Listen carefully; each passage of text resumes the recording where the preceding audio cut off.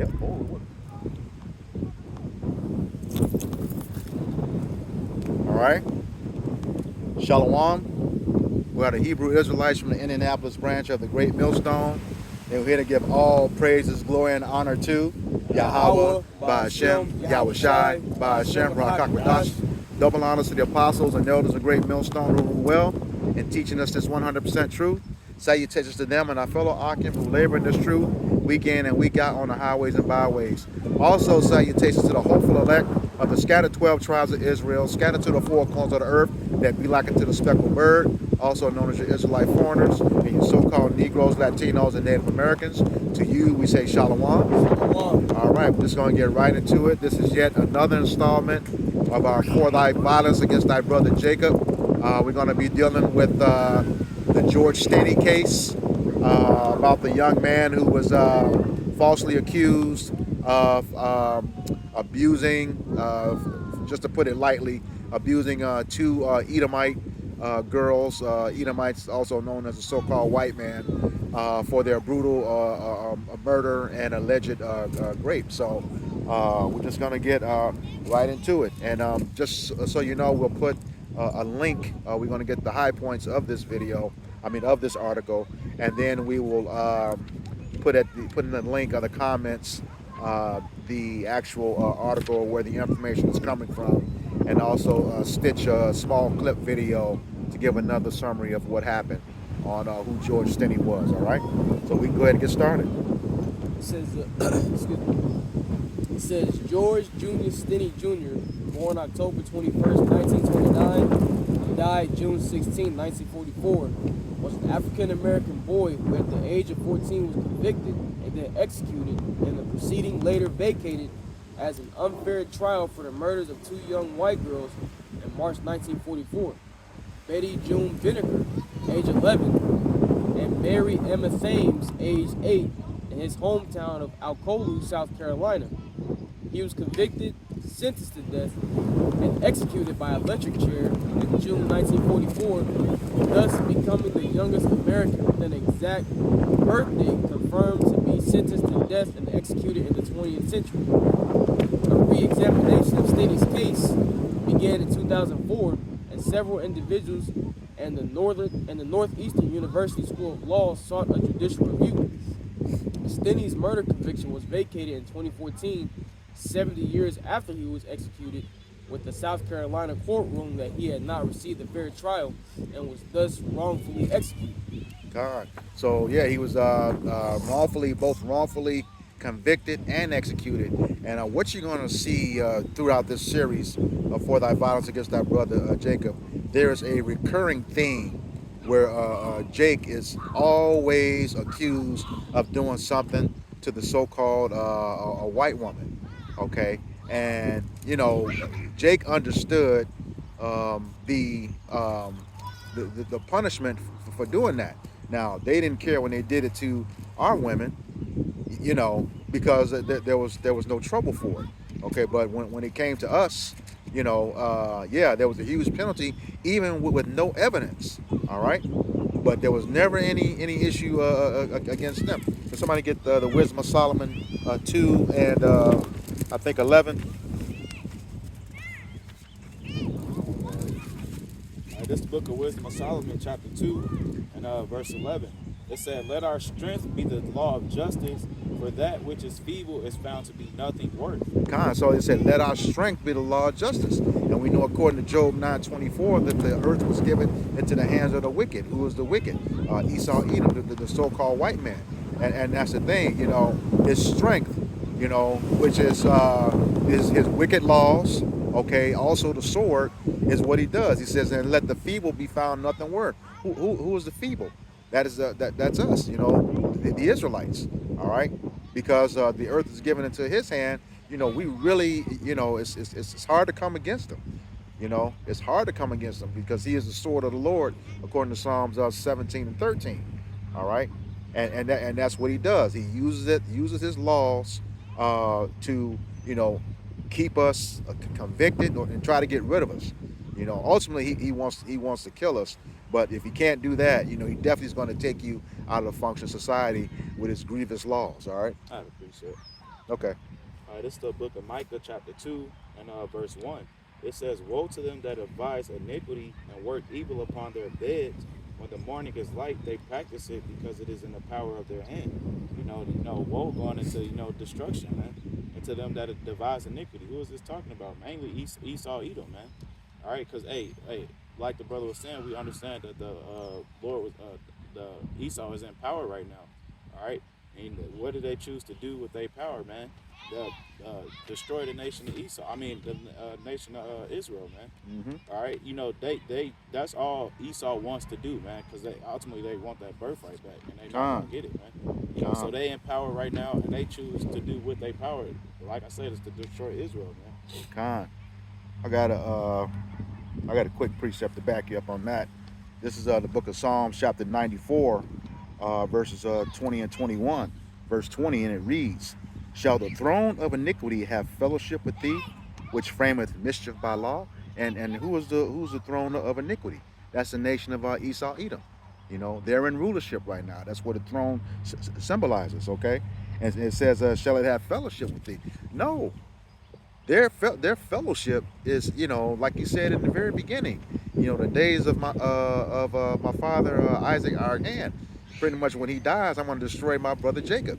So they've been wanting to destroy us since the beginning. All right, that's been a long perpetual hatred. Okay, which frameth mischief by law, and that's exactly what has happened here. What the Ox said in the opening, that he was wrongfully convicted, and wrongfully executed. That's what it goes into. Verse 21, uh, and it reads, they gather themselves together against the souls of the righteous and condemn the innocent blood. And that's exactly what happened. From the police that did the investigation, okay, to certain witnesses, even witnesses that was Jake.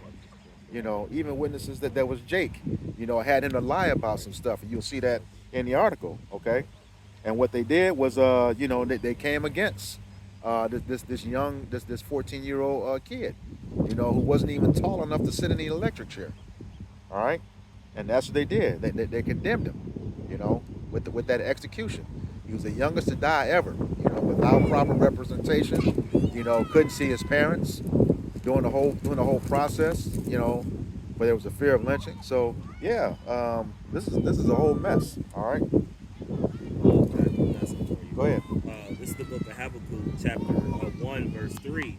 It says, why doest thou showest me iniquity and cause me to behold grievance? So this is Habakkuk, is asking Yahweh Shai, because we're here, we're seeing all the things that's going on from police brutality today, modern days time. God. And then thinking about now the truth that's coming out of what we're actually seeing and what our people had seen and been exposed to, as far as this young man being falsely accused. And he said, going further, he says, why doest thou showeth me iniquity and cause me to behold grievance? So we're watching and being grieved by all the things that we're seeing, present, current, and things that are soon to come future time. Mm-hmm. It says, for spoiling and violence are before me, and there are that rise up strife and contention. So of course everything that's come out of this system that we're seeing, especially with the violence against our brother Jacob, has been strife, it's been violence, it's been a lot of contention that comes from these people, which goes into trouble, spoiling, and plundering. God. Last verse, it says, therefore the law is slack, and judgment doeth never go forth, for the wicked doeth compass about the righteous, therefore wrong judgment proceedeth. And so, because we're not in our rightful order, to keeping and upholding the laws, statutes, and commandments of the Heavenly Father, we have been put in a place of being under the foot of our enemy because of our transgressions. And because of that, we're seeing how a wicked ruler rules. It says, because the law is slack, so they're not pushing forth the laws of the Heavenly Father. And of course, we didn't do it, but now we're seeing how even worse it can be. Yep. That says, judgment never go forth, and the wicked doeth pass about the righteous, therefore the wrong judgment proceedeth. So as we're starting to see the wrong judgment has been preceded through this man who the scriptures say that we should never trust. And of course through the prophets, they're being exposed for who they really are. Yep. Yep, that's it. Yep. Mike, got anything else? Yep. Okay.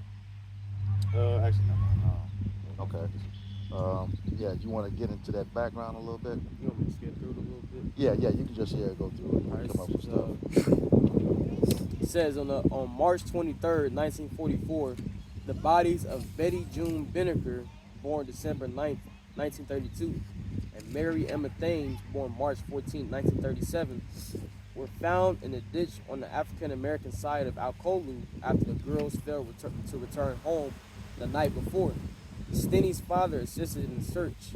The girls had been beaten with a weapon variously reported as a piece of blunt metal or a railroad spike. Binneker and Thames both suffered severe blunt force trauma resulting in penetration of both girls' skulls. According to a report by the medical examiner, these wounds had been inflicted by a blunt instrument with a round head about the size of a hammer. The medical examiner reported no evidence of sexual assault to the younger girl, though the genitalia of the older girl were slightly bruised. It says the girls were last seen riding their bicycles looking for flowers. As they passed Stinney's property, they had asked Stinney and his sister Amy if they knew where to find maypops, a local name for passion flowers. According to Amy, she was with Stinney at the time. The police later established the murders occurred. According to an article reported by the Wire Services on March 24, 1944, the sheriff announced the arrest of George Junius and stated that the boy had confessed and led officers to a hidden piece of iron. So if you really catch that part, she's contending that she was with her brother at the time that was established. Okay, but we know, my father used to tell me, growing up in the South like that 100 so-called black people could tell the exact same story. All it would take is one white person to debunk the whole thing. And that's just how it was in the South, which you're going to see here that happened with these so-called white witnesses like those police officers. All right. Somebody got a Psalms 58:3 real quick. Psalms 58.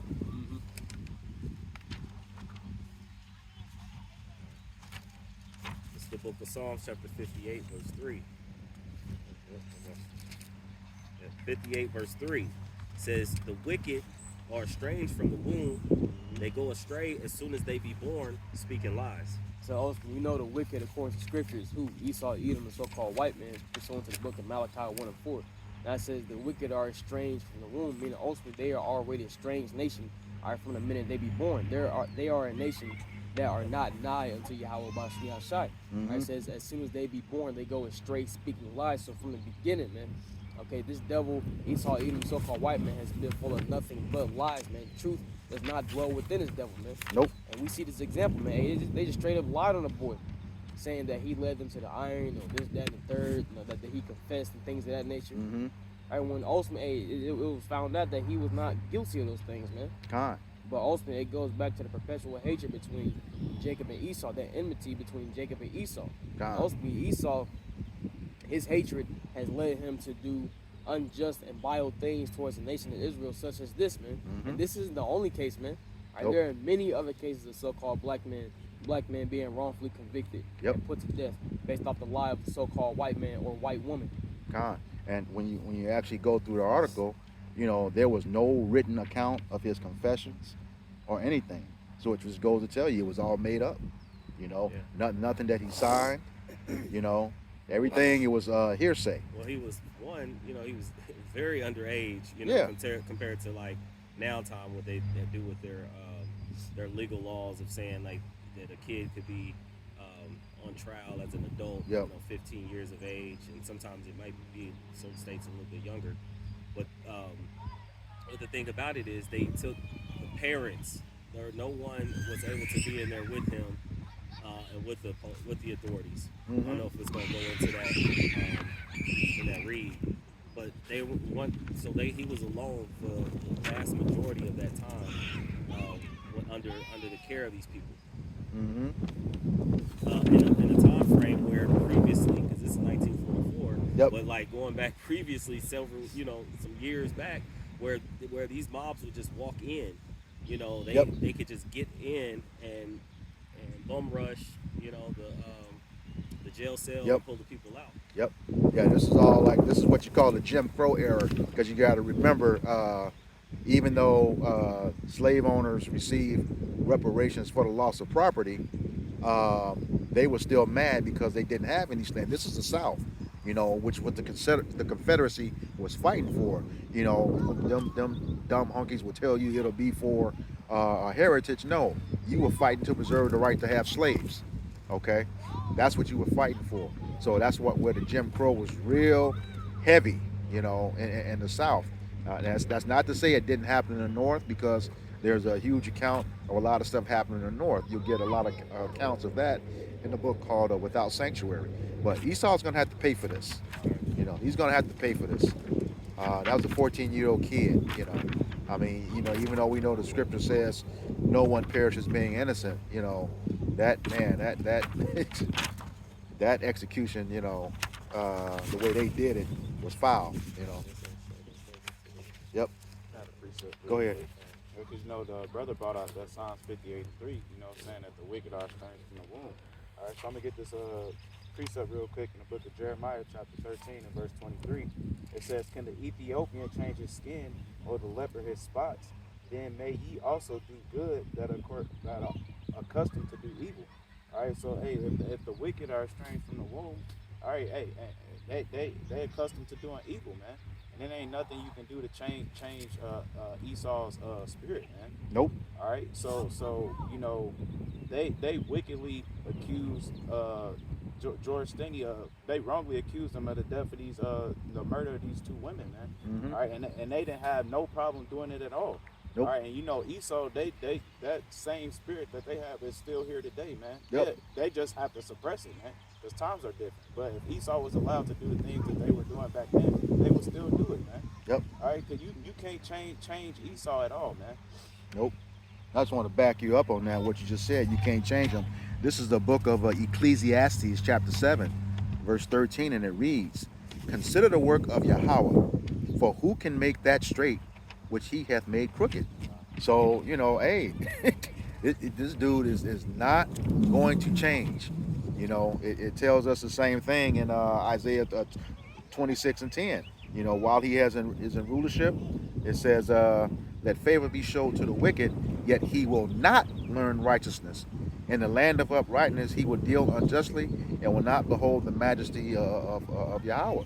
Okay, and that's the thing. He has no consideration for Yahweh Bashem Yahushai. We see what he's doing in our land right now. He's totally defiled it. Totally defiled it, and doesn't even have all of it. According to the scriptures. Okay, but yeah, he says he's in rulership right now, so he has favor, but he will not learn righteousness. That dude is the absolute worst. They are as a people, and their system is just all messed up. All right. Yep. This is going to the investigation. It says George and his older brother John were arrested on suspicion of murdering the girls. John was released by police, but George was held in custody. He was not allowed to see his parents until after his trial and conviction. According to a handwritten statement, his arresting officer was H.S. Newman, a Clarendon County deputy, who stated, "I arrested a boy by the name of George Stinney. He then made a confession and told me where to find a piece of iron about 15 inches where he said he had put it in a ditch about 6 feet from the bicycle." In 1995, Stinney's 7th grade teacher, W.L. Hamilton, a black man, spoke in an interview with the Sumter Item about George. Hamilton stated, "I remember the day he killed those children. He got into a fight with a girl at school who was his neighbor. In those days, you didn't have to worry about children carrying guns and knives to school, but George carried a little knife, and he scratched this child with his knife. I took him outside, and we went for a little walk, and I talked to him. And said we went back into the school in a submissive way. He begged for the child's pardon, Stinney's sister, Amy Ruffner, denied those allegations and contacted Hamilton after it was published. So, hey, this seventh grade teacher they talked about, it sound like a foot tapping Uncle Tom coon, man. Yeah. You know, and lying on his own. But, Yeah. hey, this ain't the first time, man, because throughout history and time in general, amongst the nation of Israel, there has always been sellouts, man. There has always been those who've been willing to bow down and tap their feet hard for the heathens, man, beginning with the so-called white man Esau Edom, man. So, hey, this ain't nothing new, man. Mm-hmm. Yeah, what's that? Is Zechariah 11 and 5? Let me grab that. Yeah, You got it? I get it. Okay.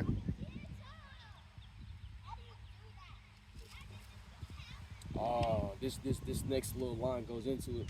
It says, Amy stated, I asked him why he would say something like that. She said, he told me someone paid him to say it. I don't know who paid him, but his exact words were, because they paid me. Hamilton died shortly after his interview was published, man. So, hey, this dude sold out for money, right? Live from, because hey, once money is in the picture, majority of Jake's integrity flies out the window. Yep. So this Scriptures say a gift destroys the heart. Yep, it destroyed the heart. So this dude, he done sold out for money. And after he lied on the boy, guess what, man? The Lord judged his ass, man. Took his ass out the world, man. Hey, What you saw? Well, not only that, when he said he was killed shortly after that interview, dude, you didn't expose the people. Ain't no telling who you told on. So they took him out. Yeah, but the thing is too, like the apostles, you heard the apostles and our elders say, it's like, man, you could buy a nigga cheap. So it's like he sold out. Yeah, they said he could buy a nigga cheap. So it's like so he sold out, and knowing the severity of what speaking against the truth can be. Of course, Yahweh Shemiah Shai, in the end, he allowed for all, like he said, there will be no stone left unturned. All things will be made manifest. And so we're seeing just through these examples that, through the spirit of Yahweh Shemiah Shai, to show who these people are. Yep. And that is the sign of a 2/3 Yep. who will actually sell out, and then you see shortly after what his demise was. Yeah, this is you got that Zechariah 11 and 5? Yeah, yes, sir. Okay. It's book of Zechariah, chapter 11, verse 5. It says, whose possessors slay them and hold themselves not guilty, and they that sell them say, blessed be the Lord, for I am rich, and their own shepherds pity them not. It says, who possesses slay them? Whose possession are we in right now? Esau Edoms, and the stuff that they do to, they hold themselves not guilty, even though it was later found out that it was, an Edomite who actually did commit these murders. Okay. It says, and they that sell them say, blessed be Yahweh, for I am rich. This dude sold out. Okay. This dude sold out his own brother. Okay. It says their own shepherds pity them not. And in this, that's talking about, the leaders at the time. But in this case, his teacher was a leader for him. He had no pity for him. He just confessed to a story that, he had no knowledge of, just because, over some money. All right. And that's what that tells us in Exodus 23 and 2. You got it? Okay. It's the book of Exodus, chapter 23, and verse 2. It says, thou shalt not follow a multitude to do evil, neither shalt thou speak in a cause to decline after many to rest judgment. And that's what he did. He had no knowledge, that evil is, bad times, That's exactly what that teacher did. He spoke in a call to bring upon judgment of George Stinney. He followed the so-called white man. And we saw what his demise was after he, did that interview. That's the same stuff that happens today. You're seeing it every day now in the entertainment industry. All right, but yet and still, I think the brother said that he read that it was 70 years after that they exonerated him, which is it's messed up. His life is gone.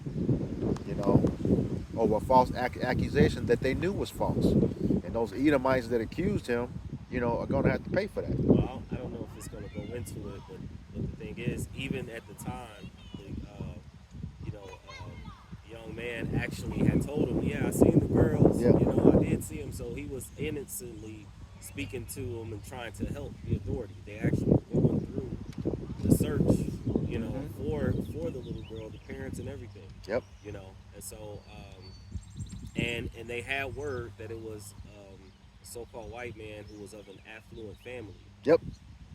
And so they had both pieces of evidence of who it could have been, but it never reached the affluent side.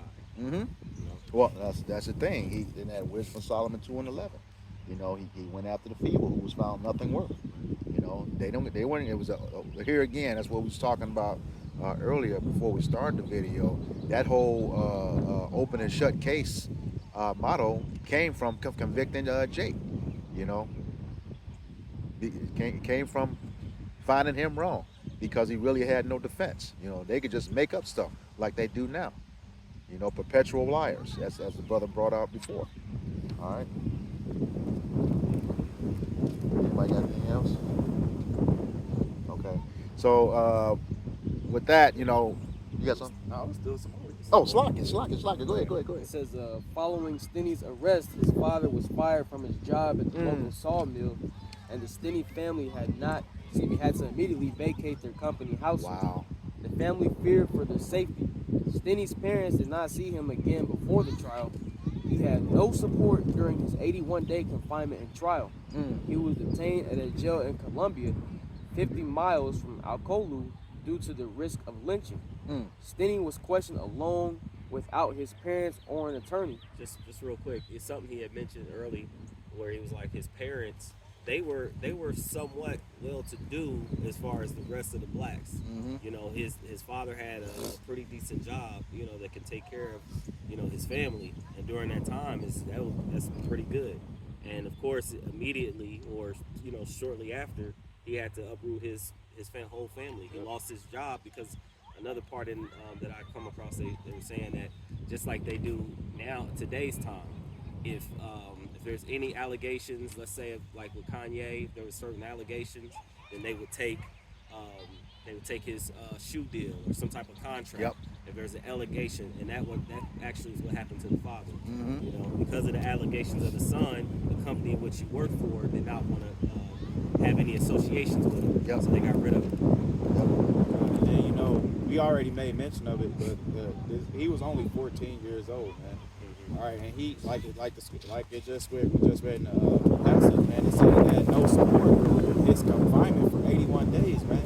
And a 14-year-old kid, they don't really know what's going on, man, for the most part. All right, so you got to think how that made him feel, man.